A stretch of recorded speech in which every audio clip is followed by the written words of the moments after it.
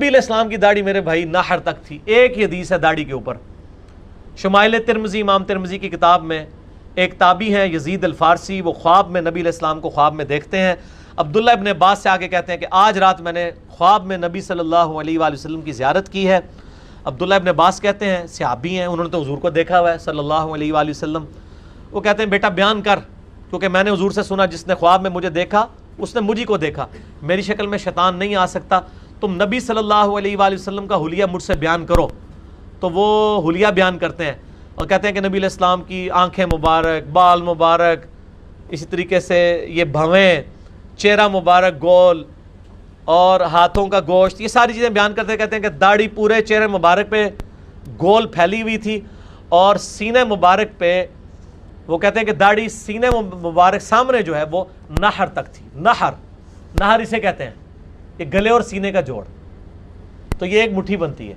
نبی علیہ السلام کی داڑھی ایک مٹھی تھی، اس سے لمبی نہیں ہوئی قدرتاً، اسی لیے عبداللہ بن عمر، ابو ہریرہ اور عبداللہ ابن عباس یہ تینوں مٹھی کے بعد داڑھی کاٹتے تھے. باقیوں کی تو ضرورت ہی نہیں، کیونکہ ابو ہریرہ اور عبداللہ بن عمر یہ دو ہی صحابہ ہیں جنہوں نے داڑھیاں بڑھاؤ اور مونچھیں پس کرو والی حدیث روایت کی ہے، اور دونوں مٹھی کے بعد کاٹتے تھے. اللہ کے رسول صلی اللہ علیہ وسلم نے، بخاری وغیرہ میں حدیث موجود ہے، مسلم میں بھی مختلف طرق سے آئی اور الفاظ کا فرق ہے اس میں، آپ نے یعنی حدیث میں حکم دیا ہے کہ وعف اللحا، بعض روایت میں وفرو، ارجو، ارخو، اس طرح سے الفاظ آئے ہیں کہ داڑھی بڑھاؤ، داڑھی کو چھوڑے رکھو. اس حدیث سے علماء نے استدلال کیا ہے اور امام النووی نے ذکر کیا ہے کہ متقدمین میں سے بھی اس کے قائل ہیں جو داڑھی کے مطلق کاٹنے کے حرام ہونے کے فتویٰ دیتے تھے.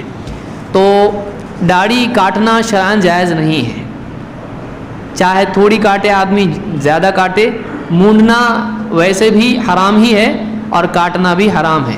تو داڑھی کاٹنا نہیں چاہیے. بعض لوگ کہتے ہیں، بعض لوگ کہتے ہیں کہ جیسے ایک مشت کے بعد کاٹنا چاہیے، اور بعض لوگ کہتے ہیں کہ اس طرح سے طول و عرض میں سے کم کرنا چاہیے. اس کے لیے مختلف دلیلیں لوگ دیتے ہیں. ایک دلیل اس میں سے ہے جو امام ترمذی نے روایت کی ہے کہ اللہ کے رسول صلی اللہ علیہ وسلم طول اور عرض میں سے داڑھی کم کرتے تھے. تو یہ حدیث صحیح نہیں ہے، اس لیے کہ اس کی سند میں ایک راوی ہے عمر ابن ہارون البلخی، اور محدثین نے کہا کہ سخت ضعیف ہے، اس لیے بعض علماء نے جیسے شیخ البانی وغیرہ نے اس حدیث کو موضوع یعنی جھوٹی حدیث کہا ہے. تو وہ حدیث صحیح نہیں ہے، اس سے استدلال صحیح نہیں ہے. بہت سارے لوگ جسے یعنی طول و عرض میں سے اس کی دلیل دیتے ہیں. دوسری دلیل بخاری کی حدیث ہے جس میں ابن عمر سے ثابت ہے کہ وہ حج اور عمرہ جب کرتے تھے تو ایک مشت سے زائد کاٹ دیتے تھے. اس کے مختلف اقوال علماء کے سلسلے میں ہیں، لیکن اس میں یہ بات یاد رکھیں کہ اس حدیث میں یہ نہیں ہے کہ عام طور سے داڑھی کاٹی جاتی تھی. اس حدیث میں یہ ہے کہ جب وہ حج اور عمرہ کرتے تھے تو ایک مشت سے زائد کاٹ دیتے تھے. تو کوئی آدمی اس کو عام کرتا ہے تو اس حدیث کے الفاظ سے بھی بات ٹکراتی. یا ایسے ہی جیسے آدمی سفر کی جو بھی دعائیں ہیں وہ آدمی گھر میں چلنے، ایک کمرے سے دوسرے کمرے میں جانے کے لیے استعمال کرے اور یہ کہے کہ یہ بھی تو سفر ہے، تو یہ غلط ہو جائے گا. جو چیز جس چیز کے ساتھ میں ہے اس کو اسی چیز کے ساتھ میں جوڑنا چاہیے. تو ایک جیسے ہلال کی جو دعائیں ہیں، ہلال دیکھ کر جو دعا پڑھنی چاہیے، اگر آدمی روزانہ چاند دیکھ کے دعا پڑھے تو غلط ہوگا وہ. تو ایک چیز جو کسی خاص موقع کے لیے ہو اس کو عام کرنا بھی صحیح نہیں ہوگا.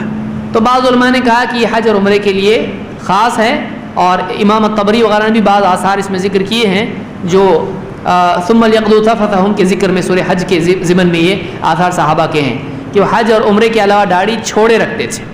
اللہ کے رسول صلی اللہ علیہ وسلم کی داڑھی کے بارے میں بھی کہ آپ کی داڑھی سینے تک تھی، اور بعض صحابہ ابو بکر صدیق یا حضرت عثمان رضی اللہ عنہ، حضرت عمر وغیرہ کی بھی داڑھی ہے کہ بہت لمبی داڑھی ان کی ہوا کرتی تھی. ایک صحابی کو اللہ کے رسول صلی اللہ علیہ وسلم نے کہا کہ میرے بعد تم شاید زندہ رہو گے اور زیادہ زندہ رہو گے، تو میری بات لوگوں تک پہنچا دینا کہ جو آدمی اپنی داڑھی میں گرہ لگائے اور یعنی گوبر وغیرہ سے استنجا کرے وغیرہ وغیرہ، تو وہ جو آدمی داڑھی میں گرہ لگائے محمد اس سے بری ہے. تو آپ بتائیے داڑھی میں گرہ کیسے لگا سکتے ہیں؟ چھوٹی داڑھی میں لگا سکتے ہیں، بڑی داڑھی ہوگی تو اس میں ہی گانٹھ باندھ سکتے ہیں. تو یہ معروف چیز تھی کہ اس دور میں اتنی داڑھی ہوا کرتی تھی جس میں گرہ لگانا ممکن ہو. اگر اس سے زائد کاٹنا ہوتا تو آپ کبھی یہ بات نہیں کہتے، کیونکہ وہ ہے ہی نہیں اسلام میں. جب اتنی بڑھنے والی نہیں ہے تو گرہ لگانے کا سوال ہی پیدا نہیں ہوتا ہے. تو داڑھی بڑھانا چاہیے کا مطلب یہ ہے کہ داڑھی چھوڑ دینا چاہیے. اس لیے وعفو کا لفظ چھوڑ دینے کے معنی میں بھی آتا ہے اور بڑھانے کے معنی میں بھی آتا ہے، اس لیے کہ وفرو کا لفظ بھی حدیث میں ہے.